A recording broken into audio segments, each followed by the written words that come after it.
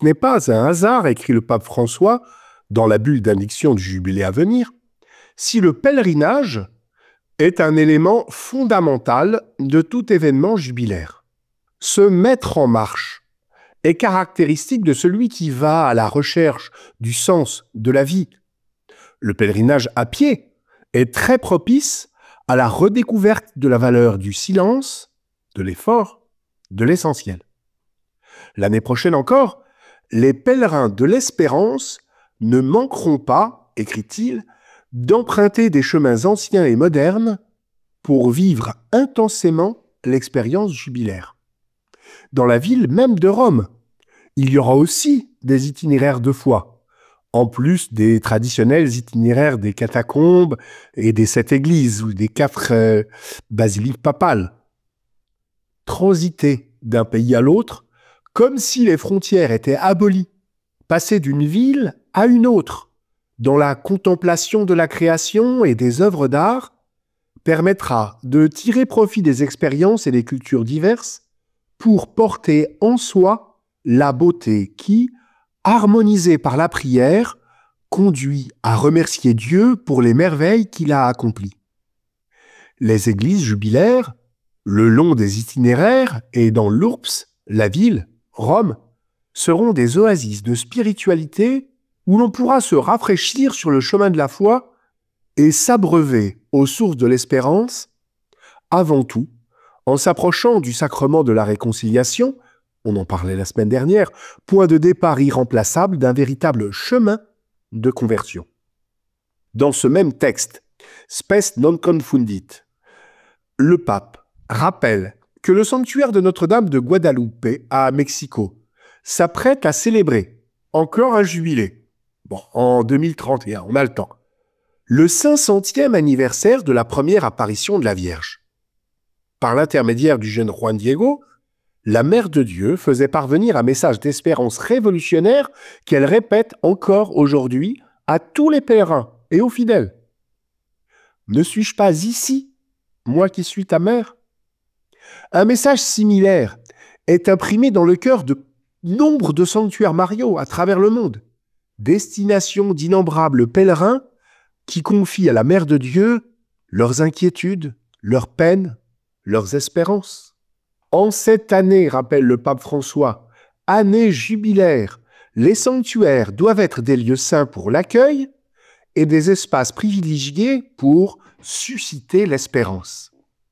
J'invite, dit le pape François, les pèlerins qui viendront à Rome à s'arrêter pour prier dans les sanctuaires mariaux de la ville, pour vénérer la Vierge Marie et invoquer sa protection.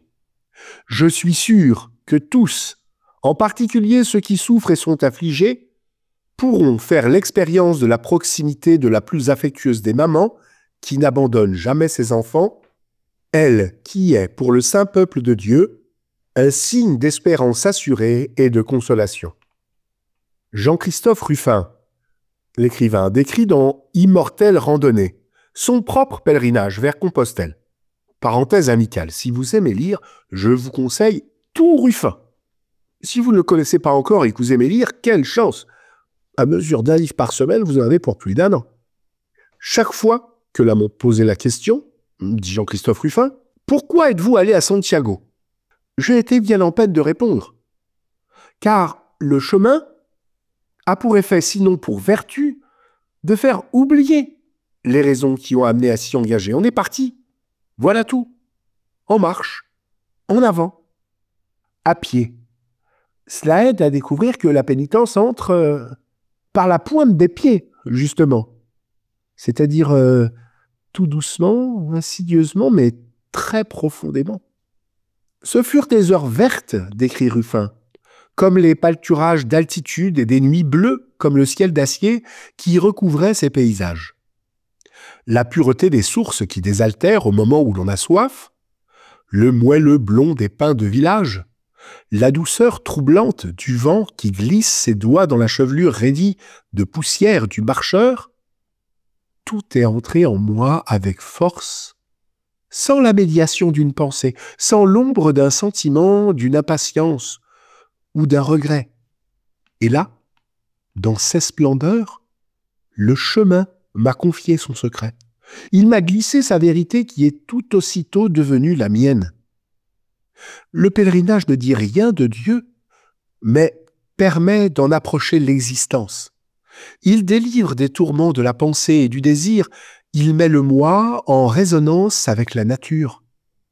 Comme toute initiation, elle pénètre dans l'esprit par le corps, et il est difficile de la faire partager à ceux qui n'ont pas fait cette expérience.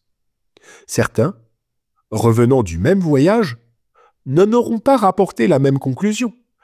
Mon propos n'a pas pour but de convaincre, mais seulement de décrire ce que fut pour moi, Jean-Christophe Ruffin, en l'occasion, ce voyage. Pour le dire d'une formule qui n'est plaisante qu'en apparence, en partant pour Saint-Jacques, je ne cherchais rien, et je l'ai trouvé. C'est une erreur de pensée, conclut cet écrivain, qu'un tel voyage n'est qu'un voyage qu'on peut l'oublier, le ranger dans une case. Je ne saurais pas expliquer en quoi le chemin agit et ce qu'il représente vraiment. Je sais seulement qu'il est vivant et qu'on ne peut rien en raconter, sauf le tout, comme j'y m'y suis employé, résume le Ruffin, mais même comme cela, l'essentiel manque et l'on n'y peut rien, je le sais. C'est bien pour cela que, d'ici peu, je vais reprendre la route. Et vous aussi, nous invite-t-il.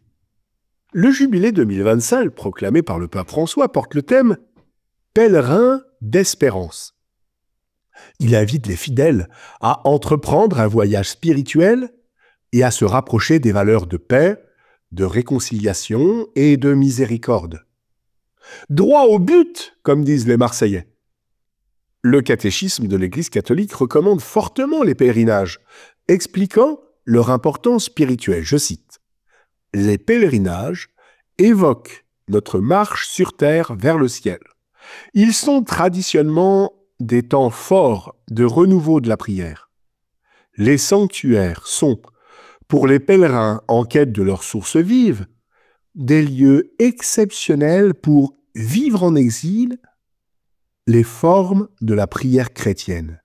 Vivre en église, pas en exil, les formes de la prière chrétienne. Contrairement aux autres religions, les chrétiens ne sont pas obligés de se rendre sur un site précis, sacré, spécifique, unique. Les chrétiens peuvent partir vers des lieux proches de chez eux. En France, il existe de très nombreux sanctuaires, lieux spirituels, marqués par une forte dévotion, qu'on peut avoir vu une fois dans sa vie, qui sont visités par des milliers de fidèles français et étrangers chaque année. Lourdes, la Salette. Faire des pèlerinages devrait être un élément incontournable de la vie spirituelle de tout chrétien, à faire chaque année, au moins, afin de renouveler son cœur et de renforcer sa relation au Seigneur. Au moins chaque année, mais au moins tous les 25 ans. Pèlerinage du jubilé.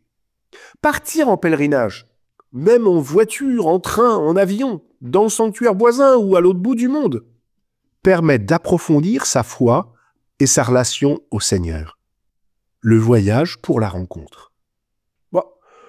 L'avantage en allant à Rome, c'est qu'on est sûr d'être sur le bon chemin. La preuve, tous les chemins mènent à Rome.